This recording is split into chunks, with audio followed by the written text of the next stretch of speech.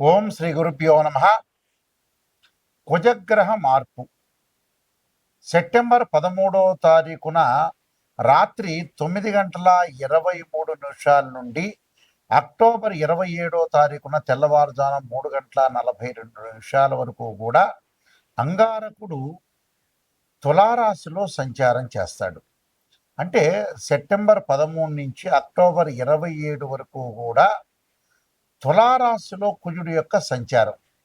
అంటే కన్యారాశి నుంచి తులారాశిలోకి మార్పు చెందుతాడు. ఎప్పుడు సెప్టెంబర్ 13వ తారీఖు నుండి అక్టోబర్ 27 వరకు కూడా 45 రోజుల పాటు కుజుడు శుక్రుడు యొక్క క్షేత్రంలో తులారాశిలో సంచారం చేయటం. ఈ కుజుడు కూడా స్వాతి విశాఖ నక్షత్రాల్లో సంచారం చేస్తాడు. మరి ఏ విధంగా ఉండబోతుంది?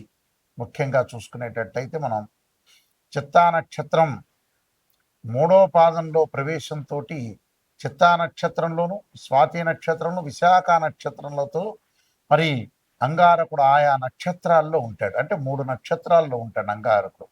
సహజంగా కుజుడి యొక్క ఫలితం ఏంటి, కుజుడి యొక్క కారకత్వం ఏంటి మనం తెలుసుకోవాలి కదా. సహజంగా ఇవన్నీ కూడా గోచారీత్యా చెప్పబడే ఫలితాలు అంటారు. కుజుడు వాళ్ళ రాశి దగ్గర నుంచి 3, 6, 11 స్థానాల్లో సుఫలితాలను ఇస్తాడు. మిగతా వాటిల్లో మధ్యమ ఫలితాలు, మిగతా వాటిల్లో చెడు ఫలితాలు ఇచ్చే అవకాశం అనేది ఖచ్చితంగా ఉంటుంది. ఇది గోచారీత్యా చెప్పబడే ఫలితం అంటారు. అలానే సత్వ భ్రూ ప్రాకార రోగ శ్రవణ సాహస శస్త్ర అగ్ని సందర్శన ఉత్పాటన భాతృక కుజ అంటారు. అంటే భాతృక కుజ అంటారు. అంటే కుజుడు ఎలా ఉంటాడు? భూ సంబంధమైన వ్యవహారాలు, కోర్టు, రియల్ ఎస్టేటు, అన్నదమ్ముల విషయాల్లో కానీ, అన్నదమ్ముల మధ్యలో సంబంధాలు కానీ, శారీరక బాధలు, అలానే కెమికల్ కంపెనీసు, అలానే మిషనరీ, మార్కెటింగు, భూమి, ఇండ్లు నిర్మాణం, కన్స్ట్రక్షను, అగ్రికల్చర్ ల్యాండు, న్యాయ వ్యవస్థ, రక్షణ భటులు, న్యాయవాదులు, జడ్జీలు, సైన్యము, అలానే ఏదైతే మేనేజ్మెంటు, భూములు అమ్మడము, కొనడము, అలానే మేస్త్రీ పనులు, యంత్ర సంబంధమైన విషయాలు, మెకానికలు, రోగములు, శస్త్రచికిత్సలు, అగ్ని భయములన్నీ కూడా కలిగే గ్రహం ఏమిటి అంటే కుజుడు. అంటే ఇవన్నీ కూడా అంగారక గ్రహం వల్ల ఏర్పడతాయా అని అర్థం. అంటే ఇక్కడ భూములు కానీ, ఇండ్లు కానీ, రోగాలు కానీ, నరదృష్టి కానీ, ఆపరేషన్స్ కానీ, అలానే అన్నదమ్ముల మధ్యలో కోర్టు సమస్యలు కానీ, అన్నదమ్ముల మధ్యలో కూడా పంచాయతీలు కానీ, డిఫరెన్స్ ఆఫ్ ఒపీనియన్స్ కానీ, ఇవన్నీ కూడా తెలిపే ప్లానెట్ ఏంది, రిప్రజెంటివ్ చేసే ప్లానెట్ ఏంటంటే మార్స్ ప్లానెట్. మార్స్ ప్లానెట్ అనేది రిప్రజెంటివ్ చేసే కొన్ని విషయాలు ఉంటాయి. ఎలాంటి విషయాలు? నేను ఇందాక చెప్పినట్టుగా భూమికి సంబంధించిన ఇళ్ళు, అలానే ఫ్లాట్సు, కన్స్ట్రక్షను, కోర్టు ఇష్యూసు, లా, న్యాయవాదులు, అలానే కెమికల్ కంపెనీసు, అలానే కోర్టు సమస్యలు, మిషనరీకి సంబంధించినవి, మెడికల్ సంబంధించినవి, కెమికల్ కంపెనీస్, ఇవన్నీ కూడా ఆపరేషన్స్, ఇవన్నీ కూడా తెలిపేవి ఏంటంటే మార్స్ ప్లానెట్ రిప్రజెంటివ్ చేస్తుంటుంది. అంటే మార్స్ ప్లానెట్ అనేది ఎట్టి పరిస్థితుల్లో కూడా అనుకూలంగా ఉండాలి. ఈ మార్స్ ప్లానెట్ కూడా ఈ 45 రోజుల పాటు తన సొంత నక్షత్రమైన కుజుడు నక్షత్రము, అలానే స్వాతి నక్షత్రము, రాహు నక్షత్రమైన స్వాతి నక్షత్రంలో సంచారం చేయటం, గురు నక్షత్రమైన విశాఖ నక్షత్రంలో సంచారం చేయటం వల్ల, కుజుడు శుక్రుడు యొక్క రాశి అయిన తులారాశిలో సంచారం చేయటం వల్ల ద్వాదశ రాశుల వాళ్ళకి ఎలాంటి ఫలితాలు ఉండబోతాయని ఒక్కసారి తెలుసుకుందాం. ద్వాదశ రాశుల్లో 11వ రాశి అయిన కుంభరాశి వాళ్ళకి కుజగ్రహ మార్పు ఏ విధంగా ఉండబోతుందో ఒకసారి చూద్దాం. ఇక్కడ ముఖ్యంగా దశమాధిపతి అయిన కుజుడు, తృతీయాధిపతి అయిన కుజుడు ఇక్కడ శుక్రక్షేత్రమైన తులారాశిలో సంచారం చేస్తాడు. అంటే భాగ్యస్థానంలో సంచారం చేస్తాడు. భాగ్యస్థానంలో కుజుడు శుక్రక్షేత్రంలో ఉండటం వల్ల ఎలాంటి మార్పులు సంభవిస్తున్నాయి లైఫ్లో అనేది మనం ఒకసారి చూసుకోవాలి. అలానే కుజుడు శుక్రక్షేత్రంలో ఉండటం వల్ల కుజుడు శుక్రుడికి సముడవుతాడు, శుక్రుడు కూడా సేమ్ కుజుడికి సముడవుతాడు. మరి ఈ స్థానంలో ఉండటం వల్ల ఏ విధమైన ఫలితాలు జరగబోతున్నాయి? భాగ్యస్థానంలో కుజుడి యొక్క సంచారం వల్ల ఆర్థిక పరంగా అనుకూలంగా ఉంటుంది. ఆర్థిక పరంగా ఎలాంటి ఇబ్బందులు లేవు. సంతాన పరంగా ఇబ్బందులు, సంతాన డెవలప్మెంట్ జరుగుతుంది. ఫైనాన్షియల్ పరంగా డెవలప్మెంట్ చెందే అవకాశం ఒకటి ఉంటుంది. ఆర్థిక పరంగా నూతన వ్యాపారాలు, నూతన ఉద్యోగాల్లో అనుకూలంగా ఉండటం, ఉద్యోగాల్లో ప్రమోషన్లు జరగటం, అన్ని లావాదేవీల విషయంలో అనుకూలంగా ఉంటుంది. అంటే నూతన బిజినెస్ కూడా విస్తరణ జరిగే అవకాశం ఖచ్చితంగా ఉంటుంది. కానీ కొన్ని నెగటివ్ కూడా ఉంటుంది ఇక్కడ.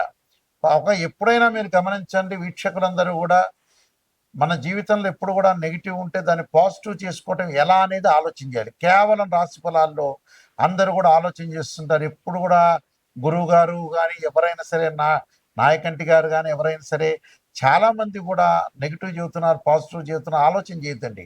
ఉన్న విషయాన్ని తెలియపరుస్తే మీరు జాగ్రత్త పడే అవకాశం ఖచ్చితంగా ఉంటుంది.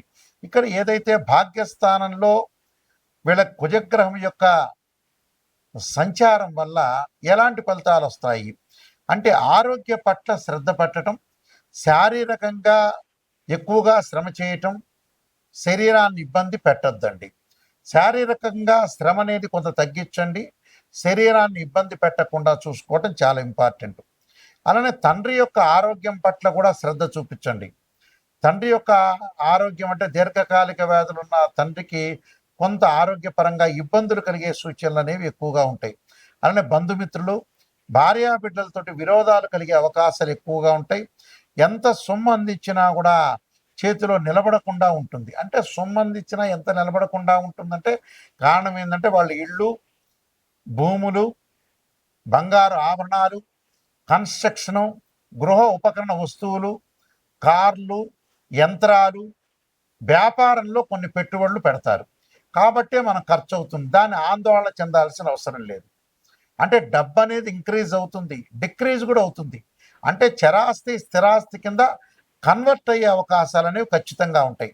పాత బాకీలు తీర్చడం, మొండి బాకీలు కూడా తీరుస్తుంటారు. బ్యాంకు లోన్లు వచ్చే అవకాశాలు ఖచ్చితంగా ఉంటాయి. అయితే ఇక్కడ బంధుమిత్రులతోటి, భార్యాబిడ్డలతోటి ఇబ్బంది పడకుండా చూసుకోవడం చాలా ఇంపార్టెంట్.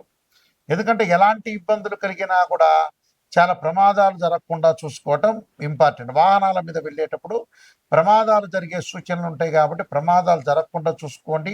భూ వివాదాల మధ్యలో ముందుకు వెళ్ళొద్దండి. భార్యాభర్తల మధ్యలో మధ్యవర్తిత్వం అనేది పనికిరాదు. మధ్యవర్తిత్వం వల్ల కూడా అనుకూలంగా ఉంటూ సైన్యంలో ఉండే రక్షణ శాఖ కూడా ఇబ్బంది పడకుండా విల్ పవర్ తోటి, మనోబలంతో ముందుకు వెళ్ళాలి.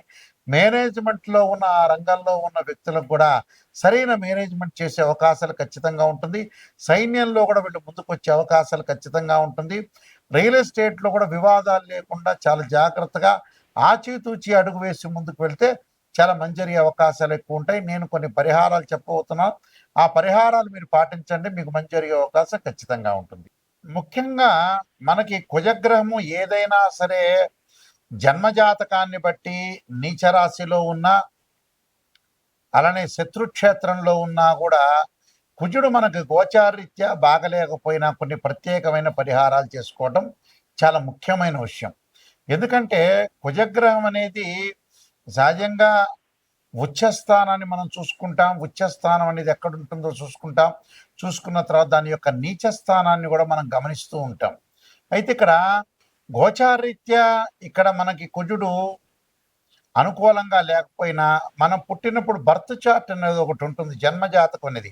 ఈ జన్మజాతకంలో కూడా కుజుడు నీచ స్థానంలో ఉన్న, కుజుడు శత్రుక్షేత్రంలో ఉన్న, కుజగ్రహంతో అనేక గ్రహాల యొక్క కలయిక కలిగి అది ఏదైతే మనకి చెడు ఫలితాలను ఇచ్చే అవకాశం అనేది కొన్ని కుజుడు ఉంటుంది. కాబట్టి కుజుడు అసలు ఏ స్థానంలో ఉంటుందో మనం తెలుసుకోవాలి. అంటే నీచ స్థితి అంటే జన్మజాతకంలో కర్కాటక రాశి నీచ స్థానం. అలానే కర్కాటక నుంచి మనం లెక్క వేసుకుంటే సప్తమం అనేది మకర రాశి. మకర రాశిలో కుజుడు ఉచ్చస్థానంలో ఉంటాడు. కుజుడికి వచ్చేటప్పటిగా సహజంగా మేష వృశ్చిక రాశులు అనేవి స్వక్షేత్రాలు అని అర్థం. అంటే ఏదైనా సరే జన్మజాతకాన్ని చాలా ఇంపార్టెంట్. ఇవన్నీ కూడా గోచారీత్యా చెప్పబడే ఫలితాలు అంటారు. గోచారీత్యా కూడా ముఖ్యంగా మనకి ఏ విధంగా ఉండబోతుందో చూసుకోవాలి. అలానే మన జన్మజాతకంలో కూడా కుజమారదశ కలిసి వస్తుందా లేదా చూసుకోవాలి. కుజుడు నీచ స్థానంలో ఉన్నాడా లేదా చూసుకోవాలి. అయితే ఓవరాల్గా కుజుడి వల్ల మనకి చెడు ఫలితాలు జరుగుతుంటే మనం ఎలాంటి పరిహారాలు చేసుకోవాలో మనం తెలుసుకోవాలి. ముఖ్యంగా చాలామంది కూడా రకరకాలుగా కుజదోషాలు ఉంటాయి. కుజుడితో ఏర్పడేవి చాలా కాంబినేషన్స్ అనేవి ఉంటాయి. 2, 4, 7, 8, 12 స్థానాల్లో ఉంటే దాన్ని కుజదోషం అని అంటారు. అలానే కుజుడు కొన్ని రాశులకి 13 నక్షత్రాల కుజదోషం అనేది వర్తించదు సహజంగా. అలానే కుజుడు కూడా ఇక్కడ కొన్ని రాశుల్లో కొన్ని లగ్నాల్లో జన్మించిన వాళ్ళకి కుజదోషం అనేది వర్తించదు. అలానే కుజుడు గురువు కూడా కలిస్తే జన్మజాతకంలో కుజుడు యొక్క దోషం పోతుందని శాస్త్రం చెప్పారు. కాబట్టి ఇక్కడ కుజుడు యొక్క ఫలితం ఏ విధంగా ఉందో ఒక్కసారి మనం తెలుసుకుందాం. ఇక్కడ గోచారీత్యా కుజుడు బాగున్నాడా లేదా తెలుసుకోవాలి. నెక్స్ట్ వచ్చేటప్పటికల్లా కేవలం నాట్ ఓన్లీ ట్రాన్సిట్ సిస్టమే కాదు, గోచారమే కాదు, జన్మజాతకంలో కూడా కుజుడు ఎక్కడ ఉన్నాడు అంటే నీచ రాశిలో ఉన్నాడా, కర్కాటక రాశిలో ఉన్నాడా, కుజుడు ఉచ్చస్థానమైన మకర రాశిలో ఉన్నాడా, వారు ఏ లగ్నంలో జన్మించారో ఆ లగ్నాన్ని కుజమార్దశ కలిసి వస్తుందా లేదా తెలుసుకోవాలి. కుజుడు గోచారీత్యా కూడా మంచి స్థానంలో ఉన్నాడా లేదా అంటే శుభస్థానంలో ఉన్నాడా లేదా తెలుసుకోవాలి. జాతకంలో కుజదోషం అనేది ఉందా లేదా అంటే కుజదోషం అంటే 2, 4, 7, 8, 12 స్థానంలో కుజుడు ఉంటే దాన్ని కుజదోషం అని. కొన్ని నక్షత్రాల కుజదోషం వర్తించదు కూడా. అలాంటి 13 నక్షత్రాలు ఉన్నాయి, కొన్ని రాసులు ఉన్నాయి, కొన్ని లగ్నాలు ఉన్నాయి. అలానే కుజుడు కొన్ని గ్రహాల యొక్క కాంబినేషన్ తోటి కూడా కుజదోషం అని పోతుందని మన శాస్త్రం చెప్పబడింది.